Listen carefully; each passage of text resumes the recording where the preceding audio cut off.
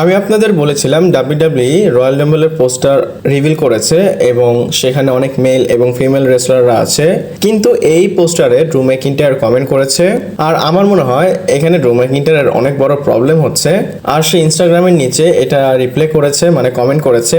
এবং আমি যদি আপনাদের কোট করে বলি, সে বলতেছে আরে ভাই তোমরা তো ড্রু ম্যাকইন্টায়ারকে সব জায়গায় নিয়ে যাও প্রমোট করার জন্য, কিন্তু যখন ড্রু ম্যাকইন্টায়ারকে পোস্টারে দেওয়া উচিত সেখানে তোমরা দাও না। মানে সে এটা বলতেছে। পার্সোনালি আমার ড্রু ম্যাকইন্টায়ারকে অনেক বেশি ভালো লাগে, কিন্তু এখানে ফেয়ার হয়নি ড্রু ম্যাকইন্টায়ারের সাথে। আর আমার মনে হয় সেই কাজটা করেছে হচ্ছে সিএম পাঙ্কের ছবির কারণে, কারণ সিএম পাঙ্ককে এখানে দেওয়া হয়েছে। আর এখানে ড্রু ম্যাকইন্টায়ার না, এখানে অনেক নেম আছে, হতে পারতো, কিন্তু ডাব্লিউডাব্লিউ সেটা দেয়নি। আর ড্রু ম্যাকইন্টায়ারের ক্যারেক্টারও এরকম, সে যেটা করেছে ভালোই করেছে। আর আজকে অনেক আপডেট আছে, চলুন শুরু করা যাক। Hello viewers, welcome to Rachel Bangla BD. প্রথমেই ড্যানিয়েল ব্রায়ান অথবা ব্রায়ান ডেনিয়েলসনের কথা বলি, আর এটা শুনে আপনাদের অবশ্যই মজা লাগবে। আর এইখানে অনেক কাহিনী হয়ে গিয়েছে। আপনারা জানেন ব্রায়ান ডেনিয়েলসনের যে ইয়েস ইয়েস ইয়েসটা আছে সেটা কিন্তু ডাব্লিউডাব্লিউর সাথে রিলেটেড ছিল এবং ট্রেডমার্কও ডাব্লিউডাব্লিউর করা। আর আপনারা হয়তো নোটিসও করেছেন অল ইলিট রেসলিং এ সে যখন আসতো জাস্ট সে হাতটা উপরে করে রাখতো, সে কিন্তু ইয়েস ইয়েস করতো না। আর সেটা কেন করতো না, রিজন হচ্ছে ডাব্লিউডাব্লিউর কাছে সবসময় এটার ট্রেডমার্ক ছিল। আর আপনারা এখানে দেখতে পাচ্ছেন বিষয়টা হচ্ছে ড্যানিয়েল ব্রায়ানের যে লোক, মানে যে কিনা ম্যানেজার ড্যানিয়েল ব্রায়ানের সবকিছু ম্যানেজ করে, এবং সে ড্যানিয়েল ব্রায়ানকে বলেছিল যে ইয়েস যে ট্রেডমার্ক সেটা ফ্রি আছে, এবং সেটার জন্য অ্যাপ্লাই করেছিল ড্যানিয়েল ব্রায়ান। ডাব্লিউডাব্লিউ কি করেছে, সেটার কাউন্টার করেছে। তারা বলতেছে না তুমি এটা করতে পারবা না। আর 20 সেপ্টেম্বর পর্যন্ত যে ট্রেডমার্ক ফাইলটা আছে সেটাকে লেবেল করা হয়েছিল যে সেটা অ্যাবেন্ডন হয়ে গিয়েছে, কিন্তু এখন এটা জানা গিয়েছে ডাব্লিউডাব্লিউর কাছে সেই ট্রেডমার্কটা চলে এসেছে। আর এই রাইটসটা এখন ডাব্লিউডাব্লিউর কাছে আছে যে ইয়েস ইয়েস ইয়েস। আর এখানে ব্রায়ান ড্যানিয়েলসন কমেন্ট করেছে আমি জাস্ট ট্রেডমার্ক করতে চাচ্ছি, আমি কিন্তু বিজনেস করব না। আর ড্যানিয়েল ব্রায়ানকে যতটুকু আমি দেখেছি সে কিন্তু আসলে টাকার জন্য কোনো কিছু করে না। যদি টাকার জন্য হতো তাহলে ডাব্লিউডাব্লিউ তাকে অনেক টাকা দিত এই ডাব্লিউর তুলনায়, তাহলে সে এই ডাব্লিউতে না গিয়ে ডাব্লিউডাব্লিউতে থাকতো। বাট সে জাস্ট নিজের কাছে ইয়েস ইয়েস ইয়েস ট্রেডমার্কটা রাখার জন্য এই অ্যাপ্লাইটা করেছিল। আর আরো একটা কথা বলি, এটা হওয়ার পর ফ্যানরা অনেক বেশি বলতেছে যে এখন তো ভিন্স ম্যাকম্যান নাই, কেন ডাব্লিউডাব্লিউ এরকম চিফ কাজগুলো করে যাচ্ছে। কিন্তু বিজনেস এই যে কর্পোরেট সেক্টরে যারা আছে বা যারা এখানে একটু পড়েছে তারা জানে যে এইসব হয়েই থাকে, বিজনেসের দিক থেকে এটা একদম নর্মাল। কিন্তু অনেক ফ্যানদের এটা ভালো লাগতেছে না, আর এটা ভালো না লাগারও সঠিক কারণ আছে। ডাব্লিউডাব্লিউ চাইলে তাকে দিয়ে দিতে পারতো। আর আপনাদের কি মনে হয় ডাব্লিউডাব্লিউ কি দেওয়া উচিত কি উচিত না আমাকে কমেন্ট করে জানাতে পারেন। এরপর একটা আনফরচুনেট জিনিস হয়ে গিয়েছে, আর আমাদের ইলিয়া ড্রাগনের বিষয়ে এই জিনিসটা জানা গিয়েছে যে ডাব্লিউডাব্লিউ যে হাউস শো আছে সেখানে সে ম্যাচ করেছিল, আর সেখানে তার যে এসিএল সেটা ক্র্যাক হয়ে গিয়েছে, মানে ইনজুরি বলতে পারেন। আর 6 থেকে 9 মাস সে ডাব্লিউডাব্লিউতে অ্যাভেলেবেল থাকবে না। আর এটা হলে তার রেসলম্যানিয়াটা মিস হবে।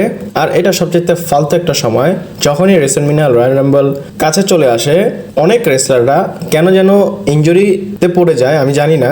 আর ইলিয়া ড্রাগনের জন্য অনেকে এক্সপেক্ট করতেছিল রেসলম্যানিয়া তার জন্য একটা ভালো টাইম বা তার জন্য একটা ভালো মোমেন্ট নিয়ে আসবে, কিন্তু এটার বিষয়ে গুন্থার যে কমেন্টটা করেছে এটা অনেক বেশি আমার কাছে উইয়ার্ড লেগেছে। এবং গুন্থার সিম্পলি রিপ্লাই করে বলে উইক থিংস ব্রেক, মানে ইলিয়া ড্রাগনকে একদম সে উইক বলেছে, মানে সে অনেক কমজোর। আর হিস্ট্রি আপনারা জানেন ইলিয়া ড্রাগন এবং গুন্থারের, ইলিয়া ড্রাগনা সেই কিন্তু গুন্থারকে হারিয়েছে। এরপর আমি আপনাদের বলেছিলাম মানডে নাইট র 2 ঘন্টার হতে পারে, এবং ওই সময় জানা যায়নি যে কবে হবে বা কিভাবে হবে, কিন্তু রিপোর্ট এটা জানা গিয়েছে আপনারা যে রটা দেখেছিলেন লাস্ট র সেটাই 3 ঘন্টার ছিল। এরপরে যে রগুলো হবে সেটা 2 ঘন্টার হবে, মানে 2024 সাল পর্যন্ত। আর 2024 সালের পর কিন্তু মানডে নাইট র নেটফ্লিক্সে চলে যাবে। আর র যে হয়েছিল সেটা কিন্তু ভালো ছিল, যদি 2 ঘন্টার হয় ডাব্লিউডাব্লিউ কিভাবে কভার করবে সেটাও দেখার বিষয়। এরপরে যেটা বলবো সেটা একটু ক্ল্যারিফিকেশনের মতো নিতে পারেন। আর আমি তো আপনাদের বলেছিলাম যে ভিন্স ম্যাকম্যান তার যে ডকুমেন্টারি এসেছে সেটার উপর সে রেসপন্স বা রিপ্লাই করবে। আর সে কিন্তু কেভিন ডান যে কিনা ফর্মার এক্সিকিউটিভ প্রডিউসার ছিল, ওনার সাথে কিন্তু ভিন্স ম্যাকম্যান কাজ করতে চাচ্ছে। কিন্তু এখন রিপোর্ট এটা জানা গিয়েছে যে এই যে রুমারটা এটা একদম ফেক ছিল, এটা রুমারই ছিল না। আর ভিন্স ম্যাকম্যান এমনটা আসলে চিন্তা করতেছে না। কিন্তু এই কথাটা শুধুই বের হয়নি, কোনো না কোনো কিছু ভিন্স ম্যাকম্যান করবে, কারণ আপনারা জানেন ভিন্স ম্যাকম্যানের অনেক টাকা সে রিসেন্টলি ডাব্লিউডাব্লিউ বিক্রি করেছে। সে যদি চায় অনেক কিছু করতে পারবে, যদি কেভিন ডান নাও চায় সে অন্য কাউকে নিয়ে এটার একটা রিপ্লে করতে পারে। ভিন্স ম্যাকম্যান 78, 70, 80 যত বয়সী হোক সে সবসময় জবাব দিয়েই থাকে। এরপর যেটা বলবো সেটা মিজ অ্যান্ড মারিসের বিষয়। আর মিজ অ্যান্ড মারিসের যে হাউস মানে ঘর, তারা তাদের বাড়ি বিক্রি করবে। আর এটা আপনাদের জন্য অনেক বেশি ভালো অফার, কারণ এটা জাস্ট $12 মিলিয়ন বিক্রি হবে। আর এটা কিন্তু আস্তে আস্তে বাড়তে থাকবে। আর আমার সাবস্ক্রাইবারের মধ্যে কারো যদি $12 মিলিয়ন থাকে, যদি আপনারা চান মিজ অ্যান্ড মারিসের হাউসটা কিনতে পারেন। আর $12 মিলিয়ন কিন্তু অত বেশি না, আমাদের দেশের প্রায় 120 কোটি টাকার মতো। আর আপনাদের যাদের কেনার ইচ্ছা আছে অবশ্যই তাড়াতাড়ি গিয়ে কিনে নেবেন। এরপরে পল হেমেনের একটা স্টোরি আসে, আর এই স্টোরিতে রোমান রেইন্সকে পল হেমেন একনলেজ করেছে, আর আপনারা এখানে দেখতে পাচ্ছেন। এবং সে যা লিখেছে এটা আমার কাছে অনেক ভালো লেগেছে। আর এই ছবিটা রেসলম্যানিয়া 31 এর পর, যখন সে ব্রক লেসনারের সাথে হেরেছিল। এবং পল হেমেন লিখেছে, I have always bracket they and always acknowledge my travel chief. এছাড়াও রোমান রেইন্স রয়্যাল রাম্বলের পোস্টার সেটা স্টোরি দিয়েছে। এটা আসলে ওইভাবে কিছুই না, জাস্ট টাইপ করার জন্য। বাট পল হেমেন এই কাজটা করেছে, সে অলওয়েজ রোমান রেইন্সকে একনলেজ করে। আর ওয়েট করতেছি কবে রোমান রেইন্স এবং পল হেমেনের যে রিইউনিয়ন, কবে তারা একসাথে হবে। তারা যখন একসাথে হবে সেখানে রিয়াকশন অনেক ভালো হবে, আমি পার্সোনালি দেখতে চাই। এরপরে যেটা বলবো সেটা আসলে একটু অদ্ভুত, কারণ WWE উল্টাপাল্টা অনেক কিছুই বের করে, আমি আপনাদের সাথে শেয়ার করি না। তারা মোজা বের করে, তারপর ছোট প্যান্ট বের করে, এক্সেট্রা এক্সেট্রা অনেক কিছুই বের করে, যেটা আসলে মার্চেন্ডাইজই বলা যায়। তো WWE তাদের শপে নতুন একটা জিনিস অ্যাড করেছে, আর এখানে আপনারা দেখতে পাচ্ছেন টয়লেট পেপার। আর এটা ডার্টি ডমের নামে বের হয়েছে। আপনারা দেখতে পাচ্ছেন টয়লেট পেপারের মাঝখানে ডার্টি ডমের প্রিন্ট করা আছে। আর WWE এটা বেচেও টাকা কামাচ্ছে। আমার মনে হয় WWE এটা চিন্তা করেছে যে ডমিনিক মিস্টেরিওকে কেউ তো পছন্দ করে না, আমরা কি করতে পারি, আমরা এক কাজ করতে পারি, একটা টয়লেট পেপার বের করতে পারি। আর এটার সেলস কত হয় সেটাও দেখার বিষয়, আমি আপনাদের সাথে অবশ্যই শেয়ার করব। কিন্তু লিভ মর্গান এখানে কিছু রিপ্লে করেছে, আমি এটা বলবো না, আপনারা জাস্ট পড়ে নেন। আর আপনারা যদি কম বুঝেন এটা, তাহলে আপনাদের জন্য অনেক ভালো, কারণ এই কথাটা অনেক বেশি ডিপ। আর লিভ মর্গানের একটা রিয়াকশন প্লাস এটা একটা মার্কেটিং ছিল। এরপরে আমি আপনাদের বলেছিলাম করিডোরসের যে উইঙ্ক ইগলের একটা বেল, সেটার করিডোরস নিয়ে আসতে চায়। এবং সে রিসেন্টলি বলেছে যে এখনো সে আইডিয়ার পিছনে সে কাজ করতেছে, তার প্ল্যান আছে সেটা নিয়ে আসবে। আর আমি চিন্তা করতেছি যে এমনটা না হয় সে যখন প্ল্যানটা ড্রপ করবে তার কিছুদিন পরে তার কাছে টাইটেলটা চলেই যাবে। আর WWE কিন্তু রিসেন্টলি তাদের ডিজাইনে অনেক চেঞ্জ করেছে, তারা অনেক টাইটেল আসলে অন্যভাবে মডিফাই করতেছে। আর এই WWE চ্যাম্পিয়নটা কিন্তু প্রায় 1 থেকে 1.5 বছর হয়ে গেছে তারা ডিজাইনটা চেঞ্জ করেছে, এত তাড়াতাড়ি তো চেঞ্জ করবে না। বাট কোডি রোডস খুবই চেষ্টা করতেছে উইং ইগল টাইটেলটা নিয়ে আসার জন্য। এরপর ড্রু ম্যাকইন্টায়ারের বিষয়ে কথা বলবো। আর হ্যাঁ, এবারও সে সিএম পাঙ্ককে পচিয়েছে। আর আপনারা জানেন সিএম পাঙ্কের কুকুর ল্যারি, সে WWE ব্যাক স্টেজে এসেছিল এবং তার সাথে ট্রিপল এইচ কথাও বলেছে, মানে সবাই কুকুরটাকে আদর করতেছে। আর পুরো ভিডিও তো WWE পোস্ট করেছে। আর এই ছবিটা WWE টুইটারে পোস্ট করেছে, সেটাকে রিটুইট করে ড্রু ম্যাকইন্টায়ার এই ভিডিওটা পোস্ট করেছে।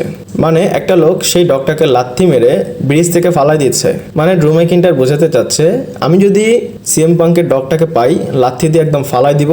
আর কোন অ্যানিমালের সাথে কি মানুষ এটা করতে পারে কিনা আমি জানি না। আর যখন শুটিংটা হয়েছে আসলে এটা সত্য কিনা তাও জানি না, কিন্তু ড্রু ম্যাকইন্টায়ারকে দেখে মনে হচ্ছে সে আসলে সবকিছু মানে মনুষ্যত্ব হারিয়েই ফেলেছে। আর আসলে ল্যারি সে একটু দেখতে অন্যরকম। কোনো কুকুরকে আমি সামনে থেকে মানে নিচের দাঁত দুইটা বের হতে দেখলাম, এছাড়া কখনো দেখিনি। আর আপনারা এরকম কুকুর দেখেছেন কিনা আমাকে জানাতে পারেন। এরপর NXT শো এর বিষয়ে কথা বলবো। আর আমি আপনাদের বলেছিলাম NXT CW নেটওয়ার্কে যাবে। আর প্রথম CW নেটওয়ার্কে NXTটা হয়েছে। আর এটা শুধু উইকলি শোর মতো ছিল না, এটা পুরা পেপার ভিউর একটা ভাইব এসেছে। এখানে NXTর নতুন লোগো এসেছে। আর এটা কিন্তু এক্সপেক্টেড ছিল, আমি আপনাদের বলেছিলাম NXTর লোগোটা চেঞ্জ হবে, একটু গোল্ডেন টাইপের আগে ছিল বাট এখন একটু চেঞ্জ হয়েছে, গোল্ডেন এবং ইয়েলো সবকিছুই আছে বাট আগের মতো নেই। আর NXTতে ট্রিপল এইচও এসেছিল।